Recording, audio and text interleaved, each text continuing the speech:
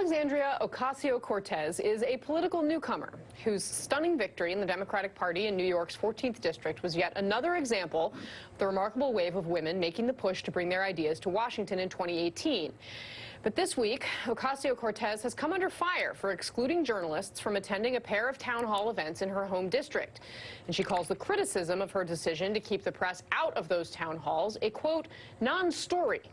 Her campaign manager told the Washington Post that the closed-door meetings were an attempt to try something unique with her constituents, but that this experiment was likely a one-time deal and that future events will be open to the press. Sungmin Kim, you had engaged with Ms. Ocasio-Cortez on Twitter.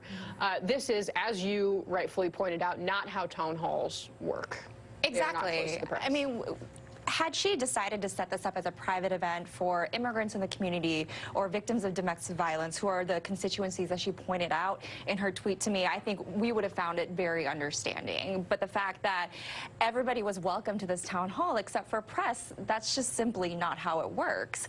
The press is there to be a conduit for the people in her community who wouldn't be able to make it to the town hall to spread the message that she is trying to get out, to provide information. I would presume she would provide helpful contact information. The press is there to get that information out. So it's just a vital part of being there. I mean, I will point out, it's good that she's even having a town hall. A lot of members of Congress don't hold town halls anymore.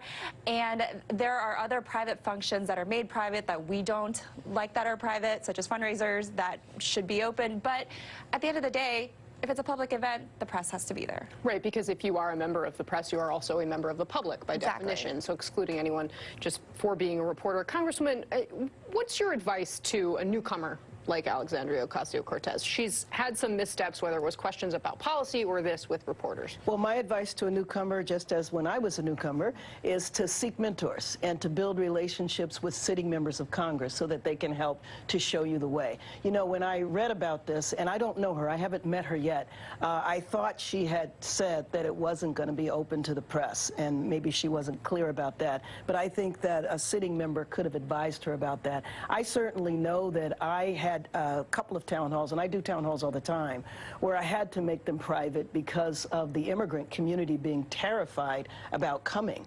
And so we had to do it, you know, where it was quiet. And I thought maybe that might have been where she was coming from. But the chief advice to her, though, is there's a lot of members of Congress who are always willing to embrace you and to show you the way and to tell you what it's about, and to avoid making those mistakes, reaching out to sitting members of Congress. I hear she's beginning to do that. I just haven't had an opportunity to meet her yet.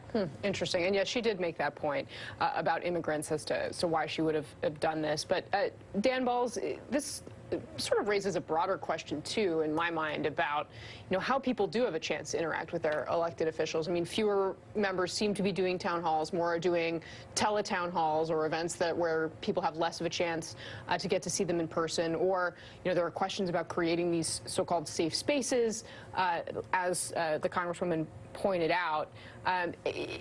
But then there's this overarching question of truth kind of tied up in that as well, and how do we even know what, you know, where our elected leaders stand? I mean, how do you think we should view this incident? Well, I mean, in a simple sense, a public meeting is a public meeting, which means it's open to everybody. Whoever wants to show up. As you say, members of the press are members of the public. When we were denied credentials, along with a couple of other news organizations, by the Trump campaign during 2016, we had reporters who went in as members of the public and were able to get into those meetings and cover them. So that's one thing. I think that for her, she's been overwhelmed in both good and bad ways by the attention that she's gotten. I mean, she became a phenomenon because of what she was able to do in that race. And a lot of people have, you know, just wanted to be around her. She draws huge crowds when she's gone out to campaign for other candidates. I think their press operation is totally overwhelmed by the number of requests they're getting, and I think they are trying in one way or another to push that back. And as you said, she's made some mistakes on the trail with some factual issues. And, you know, for somebody who's brand new to this, as she is, that can be painful. And so you want to protect yourself. I think your broader point is the one that's concerning, and that is, I think across the board, for a variety of reasons, public officials are less willing than they have been almost year by year. We've seen this to engage with the public, to engage with the press in ways they once felt comfortable with. Public officials are not as comfortable with those interactions as they once were, and I think that does create a barrier, and it creates a gap, and I think it's one reason why there is more cynicism about politics generally. Yeah, and of course, more distrust, generally speaking. Dan Balls, Congresswoman Karen Bass, Mark Lauder, Sungmin Kim, thank you all so much for your perspective tonight. When we continue, President Trump is in search of his wartime consigliere with no Roy Cohn to turn to. But first, Women to Washington heads to one of the most watched races in the country. Dr. Kelly Ward joins me live from Arizona. Up next.